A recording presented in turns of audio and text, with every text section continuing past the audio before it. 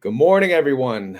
Retire on Dividends here. I have a special guest, the founder and CEO of Granite Shares, Will Rhind. Sorry about that. Welcome, Will. Thank you, Mark. Good to see you. Good to see you. I heard you have some special news today to share with us. Do you care? Do you mind sharing with us real quick? Yeah, I do. No, absolutely. So today is a very exciting day. We're launching two new Yield Boost ETFs. So Yield Boost MicroStrategy or Yield Boost Strategy and Yield Boost Palantir. So the tickers for both of those are MTYY for the Yield Boost MicroStrategy and PLYY for the Yield Boost Palantir ETF. So these are the latest ETFs out of the Yield Boost family. And as you know, we've had a lot of interest, a lot of demand for MicroStrategy and Palantir. Awesome. Was it harder to get those approved? Is that why they may have come out later? Or are you trying to save the best closer to the end? It was a bit of a timing mismatch, to be completely honest with you. So when we first filed for the initial Yield Boost funds, we had 20 funds in that filing.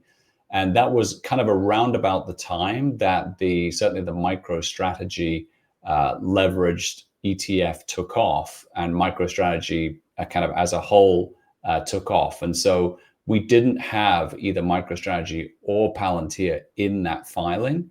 And so it was only after those funds went live that we then had to do a separate application. And just the process in terms of doing that is about 3 months. So took time for us to go live with the new filing, the new funds, of which these two are certainly the first ones from that batch. Yeah, these going to be two powerhouses. They may be the top two in due time. Can I ask what the underlyings are on these? Yes.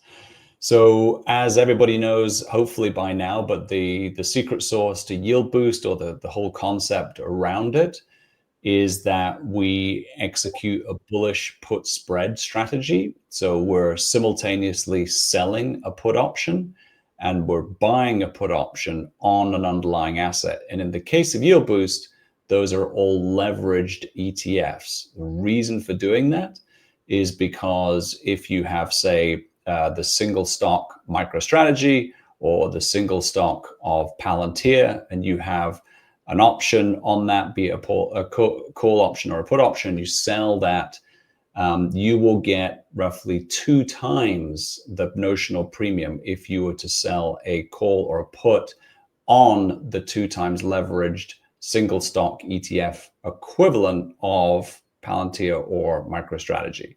So 2 times the amount of income, 2 times the premium. That's the proposition with Yield Boost, paid out on a weekly basis. So for MicroStrategy or for MTYY, your underlyings, the 2 main underlyings, are going to be MSTX and MSTU, 2 very popular 2x leveraged strategy funds, or MSTR funds. You may use both?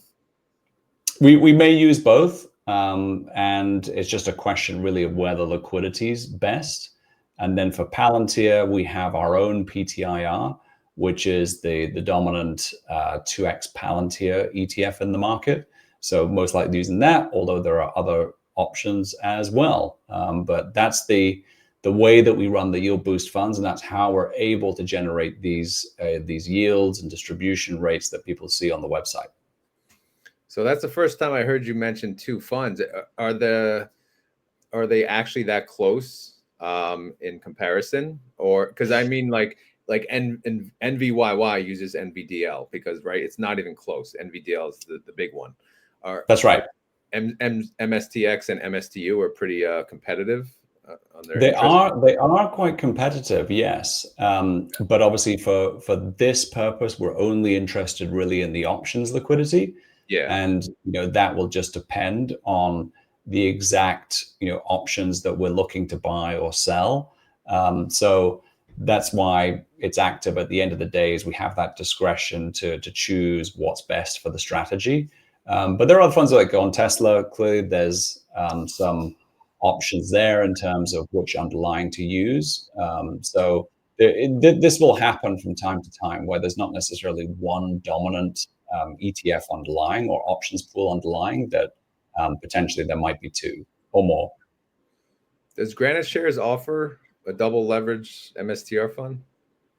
We do. We launched one, probably not too long ago, probably the last month. That is our 2x leverage. So we have one in the market, still pretty small. So clearly not much by way of options liquidity on that one at this stage. Yeah. But hoping that can. We have a short and a long in terms of strategy. What's the long sticker?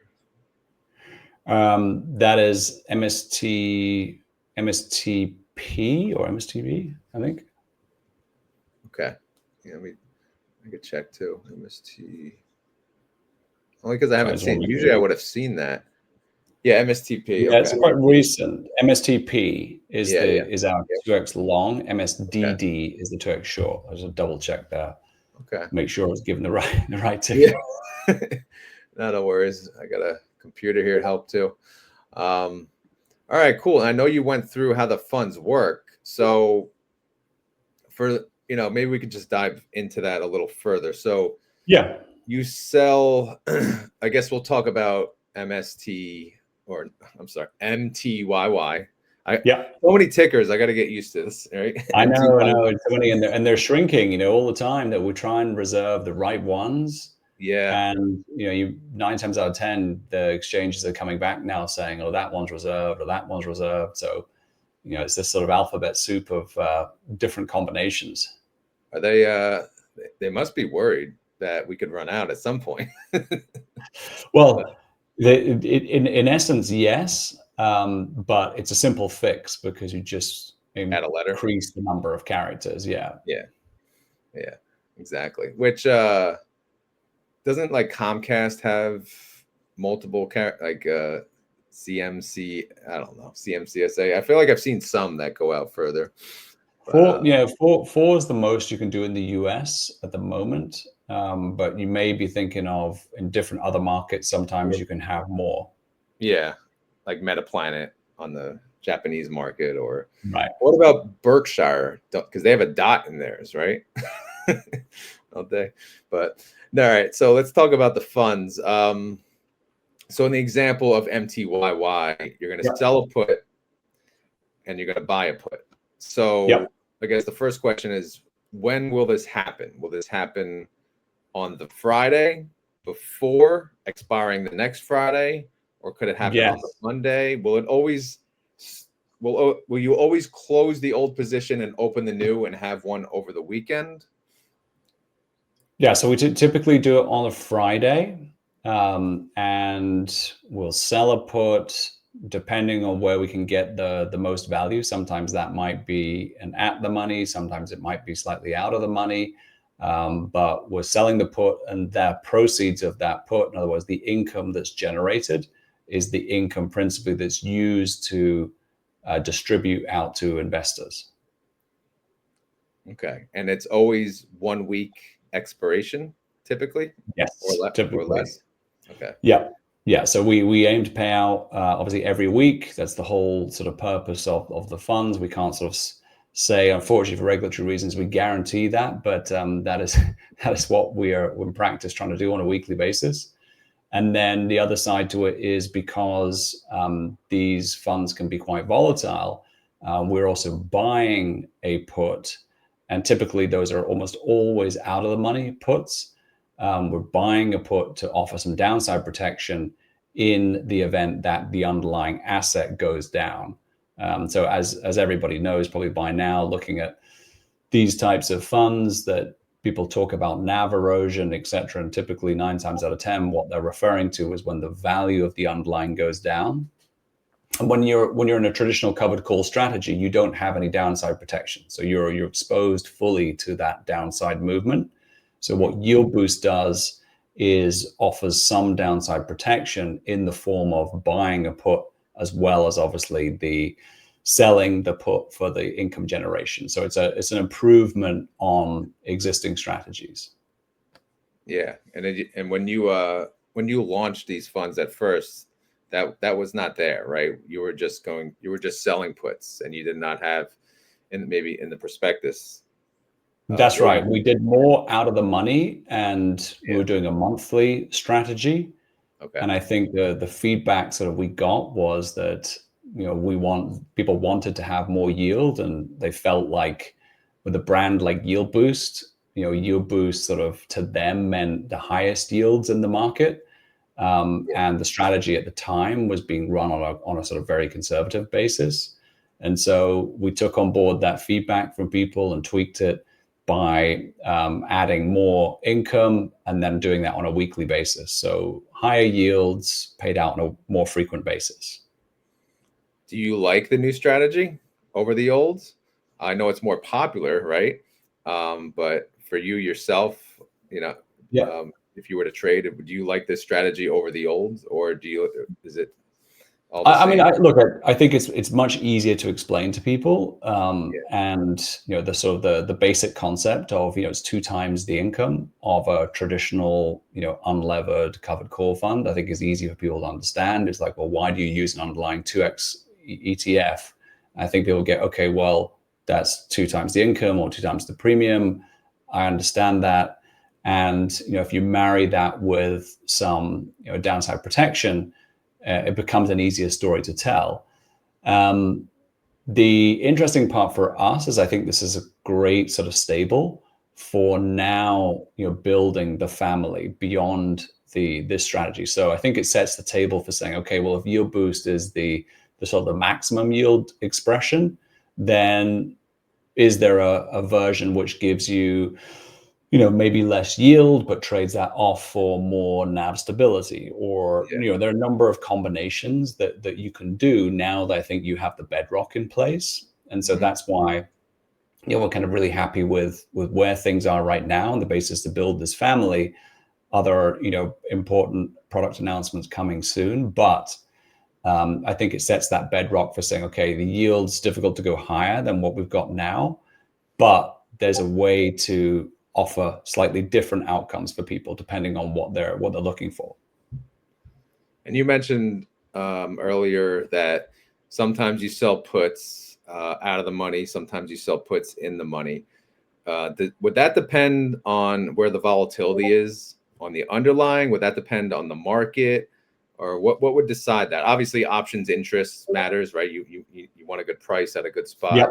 too, but are you trying to yield like a certain percentage all the time on something, or is it Not vary? necessarily.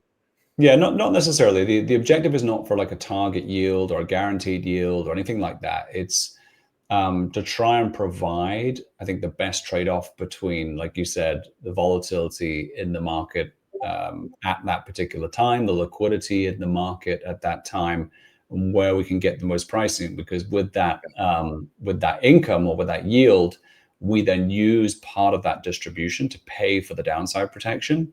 Yeah. So there's that trade-off, and then to the extent there's any residual left, we can reinvest that, in the fund. Okay. And you mentioned, so do you pay basically what you make on the sold put net of the buy put, or do you pay what you made on the sold put regardless of the expense on the bought put? Well, we never pay out more than we receive in distribution. Maybe that's a better way to look at it. So there's never a situation where we're over distributing. So we're paying out the net proceeds between what we receive in terms of the put versus what we pay in terms of the downside protection. Um, Okay, the so it's typically the net, and it's Yeah, not more. Sometimes it's maybe less, but it'll that's never be correct. more. Yeah.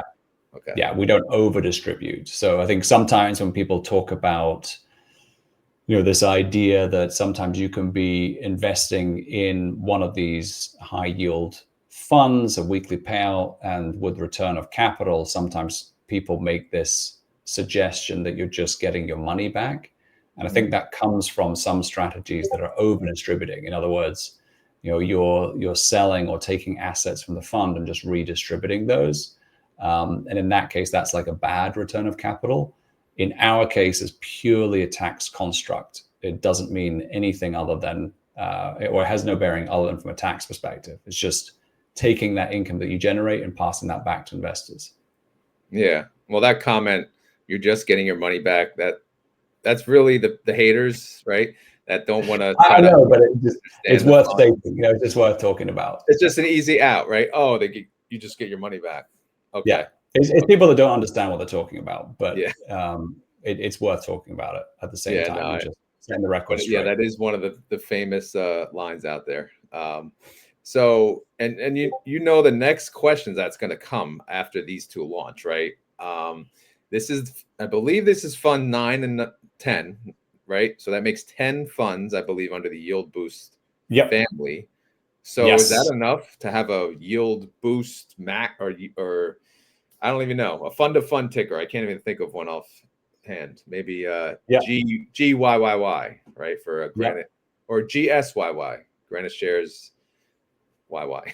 I don't know. So it is. I think I said on your show before that 10 was probably the minimum that we I needed remember. to Yeah. be viable. So now with 10, now that's something that we can bring to life. So definitely excited about that. Again, I mean, this is the great thing about, you know, where we are right now, is I feel like there's a really solid foundation, great products that people love. On any given day, we typically see creation activity, which is our sort of shorthand for inflows across all of the Yield Boost family. So it's not just the case that, you know, it's one ETF or it's two ETFs that are seeing all the action. We really see quite consistent activity across the family. And so broadening that out just helps not only those individual funds, but then it builds that platform for offering a fund of funds or different variations going forward, which is super exciting. Did you reserve a ticker for the fund of funds, or We have, but I'm not going to disclose that just yet. Okay. I think I'm right. we always have to reserve a ticker. It's crazy how we overthink on these things. Sometimes that can be done like 6 months in advance, believe it or not. It's hard to find those that combination that works. You're gonna have to reserve every YY, any combination of 2 letters YY, right? And just Yeah, we tried to do our best, but somebody already snuck one past the goalpost and did a one with YY, which was a bit annoying, but never mind. These things happen. C'est la vie. Speaking of reserving, are there any other funds that you're allowed to speak of that may be coming in the future? Certainly anything that's what we deem as effective. In other words, it's sort of a shorthand for approved from a regulatory perspective. Any of those funds, I think that at the moment those lean more towards the sort of diversified baskets. So something along the lines of YSPY or TQQY. And while I think there's certainly big opportunity for that, again, the feedback that we've had from the community is that people have been really prioritizing the individual underlyings. So that's what we've been working on. So I think we've got a lot of baskets to do, and certainly we can bring those out, you know, as we see demand. But I think the message we've had loud and clear is definitely more individual underlyings. Now, speaking of individual underlyings, everything is leverage, right? Was there any thought, like a stock like Open, right? I'm pretty sure they don't have a leveraged fund, but they don't really need one, right? They're almost 200% IV. Is there any thought on offering, you know, I guess I'll say the meme stocks, and on offering funds on meme stocks that maybe don't have the XX, you know, ETF leverage, but you think they're going to offer, you know, the appropriate IV, at least for, you know, the foreseeable future? Well, that's actually not a bad idea. I mean, it's something that we haven't thought of, you know, directly, I'll say, because there's been so much work to do within the existing sort of yield boost construct and plenty of underlyings for us to offer funds on. But you're right, there's a natural limit to all of that. And you know, it's not just a case of, you know, is there a double levered ETF underlying on a single stock, but it's also a factor that there has to be an options market. So it could be the case that there is an underlying double leveraged ETF, but there's no options market. Yeah. So therefore, it may make sense to do something just on an individual basis. I think, again, that's where this is kind of exciting, to develop this offering and to develop, things from here, is really, taking it beyond the bedrock of, where we are today and offering the current yield boost population, and offering more new exciting products. Yeah. So it sounds like never say never, right? Oh, that absolutely. We never say never to anything. Yeah. We're always, as I always say, like we certainly do not have a monopoly on all the good ideas. We're constantly looking for, for that next ETF idea, for the next ETF, and a lot of times, that comes from, the community and people reaching out saying, "Hey, have you thought about this, that, the other?" Which is great. Yeah. Exactly. And it's, you're still pretty new in this, high yield sector, if you think about it, right? Only the 10th fund. We are. We So, definitely are. We're not new as a company. yeah. We've been in the ETF game a long time. I've been in the ETF game a long, long time. And we're not even new to the income game. We are new to the options income game. So we have a fund, HIPS, that is what you might call a more traditional ETF income strategy, but that actually has an over 10-year track record. So we're certainly not new to income, but we're on the newer side to options-based income. Do you find this side fun? Is it a little more exciting? Definitely. I mean, look, that's part of the reason why we love the leveraged ETFs and leveraged single stocks so much, is because, the product just has so much more engagement than traditional ETFs. And so, it's kind of like they love them or hate them, that you get huge amount of excitement.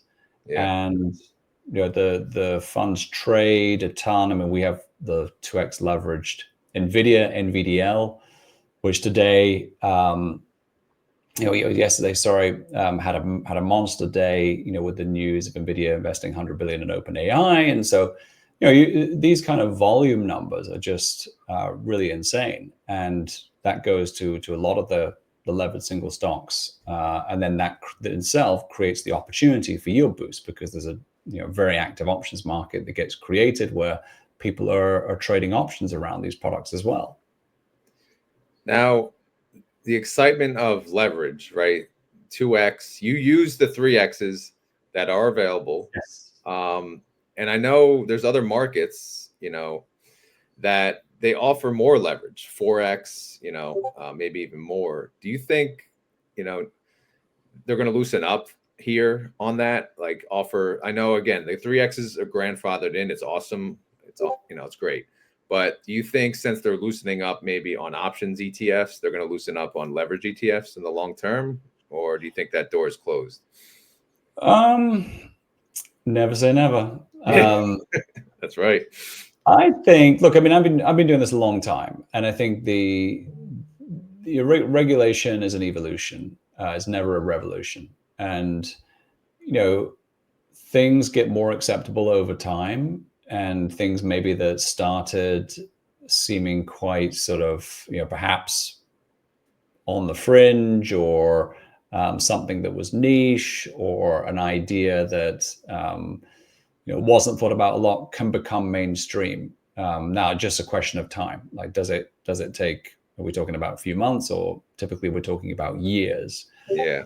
I think, we've already evolved massively in terms of the rule set, since I started doing this.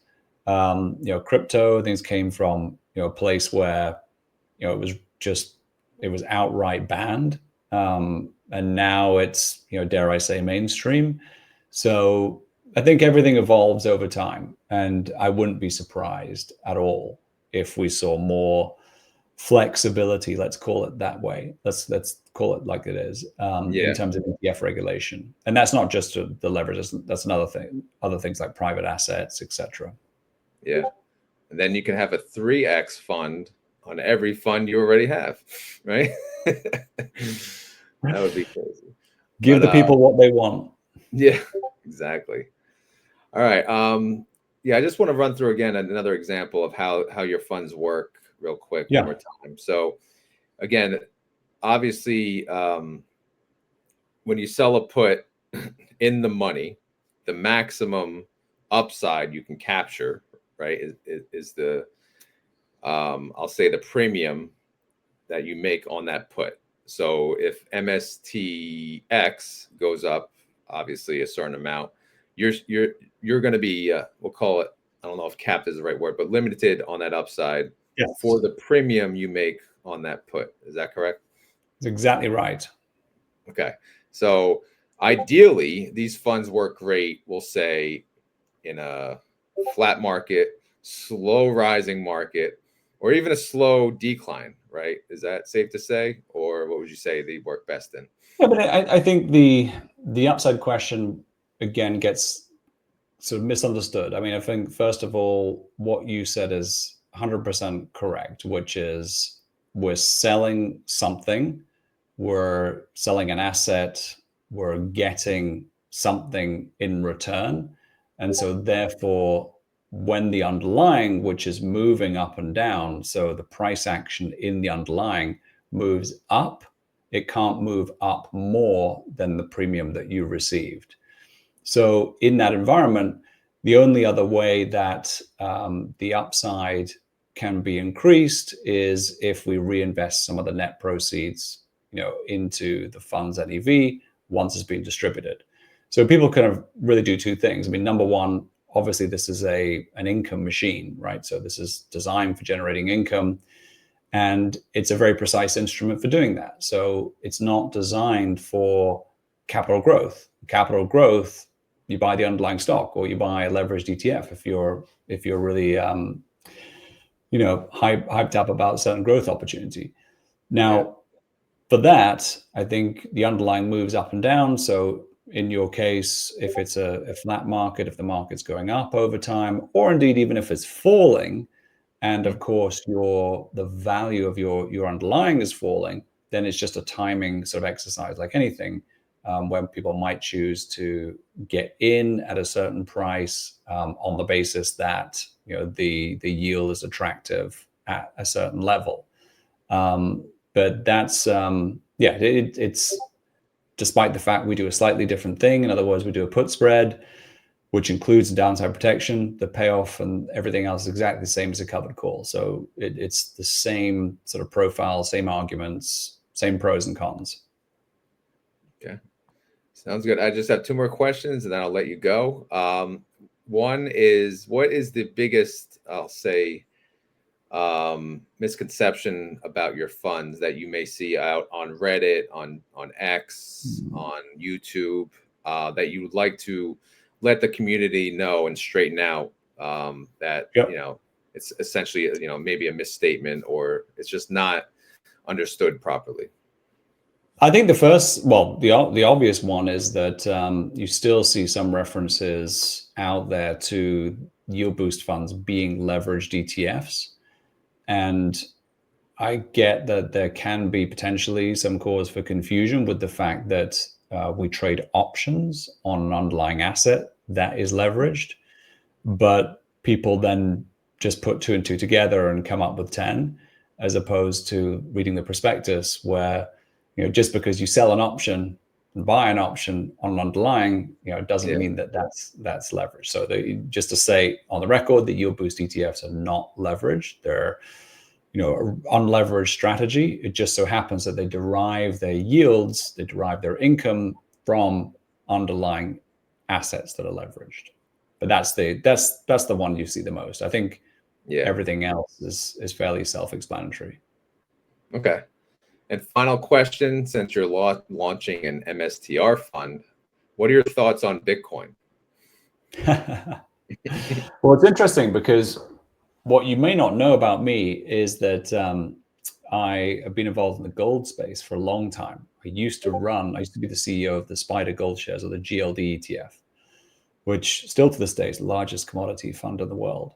So I've had a lot of experience with gold. I have my own gold ETF bar, which is less than half the cost of GLD. We launched that really to start the company. So this sort of being on the side of gold, if it will, I've had a lot of experience with that. And I'd say there's really a lot of similarities. I'll just speak to the main thing that's relevant for the gold Bitcoin conversation. So we live in a world, whether we like it or not, where government debt is increasing and is increasing from a record pace that we've never seen. We've never seen this amount of government debt around the world. And we also live in a world where paper currencies are devalued by the amount of debt that government issues and the amount of, whether it be dollars or British pounds or euros or Japanese yen or whatever, it doesn't matter, money that the government prints for whatever purposes that it chooses to do so. So what happens is it creates an environment where debt's going up and the value of money is being devalued. Sometimes it's difficult to see that in practice because we get paid in dollars. At least if you're in the United States, you get paid in dollars, you buy things in dollars. So sometimes you don't notice the fact that the value of your dollars are depreciating. And the only way to do that is against what? Depreciating against what? Yeah. So historically, that's always been another currency, but it's especially interesting if you look at it in terms of gold. So against an ounce of gold, against now Bitcoin. So when you frame it like that, you see the value in holding something like gold or Bitcoin, because increasingly people want an asset that hopefully will go up over time, but something that is not controlled by a government directly, something where the supply is either limited or is sort of finite, and something that is decentralized. And so, and probably lastly, but certainly not least, is uncorrelated to traditional assets, in other words, stocks and bonds. And if you think about it in that context, well, the value of that asset would be pretty important in that context. And so that is the appeal of Bitcoin. That is the appeal of gold. I mean, you can go into all sorts of other things, but in my mind, that's the sort of the basic framing that makes most sense. And I think the people that I know that invest in it, people I've dealt with, that's kind of always been at the heart of it. It's that I need something that's a hedge, for everything else that's going on, and something that is not stocks, something that's not bonds, something that is uncorrelated, something that is decentralized or not controlled by a central source, limited supply, etc. Those are kind of the arguments. So you're long on gold and Bitcoin, or what? Look, I think again the case is so similar, but yes, in both cases, I mean, kind of in a slightly weird context, we had gold making another all-time high, price of Bitcoin going down.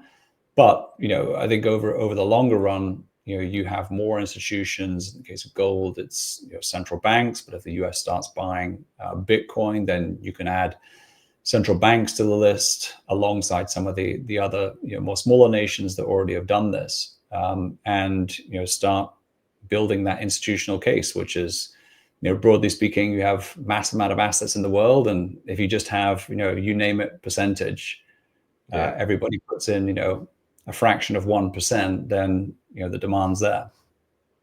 Exactly. All right. No, I appreciate Will answering all these questions and breaking the news here today. Before we go, do you have any questions either for myself and or the community that maybe they can respond later on to this video that you may be curious on? What's the next one? What's the next one they want? Okay, exactly. We'll do that. So yeah, for those of you watching, what is the next fund that you guys are looking for? And to recap real quick, today, Granite Shares is launching MTYY and PLYY. I think the majority of people would understand what the underlyings are based on, based on the first letter, right? But in case you're wondering, MTYY, it's going to sell puts on MSTX or MSTU, depends on the options interest. And then PLYY will, the underlying will be PTIR, which is actually one of your funds. So look out for those. And that will be, at least I'll be really interested in particularly in MTYY, because COYY, which is the YieldBoost Coinbase, got off to a really good start, and people sort of embraced that from day one. So I know this was the one that everyone said they wanted, so it'll be interesting to see how we go today. Yeah, it's just unfortunate that well, MSTR itself, the volatility has kind of plateaued. But again, the double leverage helps that out, which is a beautiful thing. But no, Will, I appreciate your time today. Great. Thank you so much for doing this. Appreciate it. Honor to have you on my channel again, and we'll do a live community interview soon. And we'll talk about, I'm sure people will have questions on these funds. And real quick to the community, as always, not financial advice. I'm not a financial advisor. And this video is for fun and entertainment, right? So hopefully everyone had fun. Thanks again, Will. And we will definitely talk to you soon on via live community interview this time, right? All right. So hope you have a great day, and I hope these funds do well. I predict these are going to be the top 2 funds maybe in a few months, right? Maybe 6 months. I don't know. We'll see. Thanks again.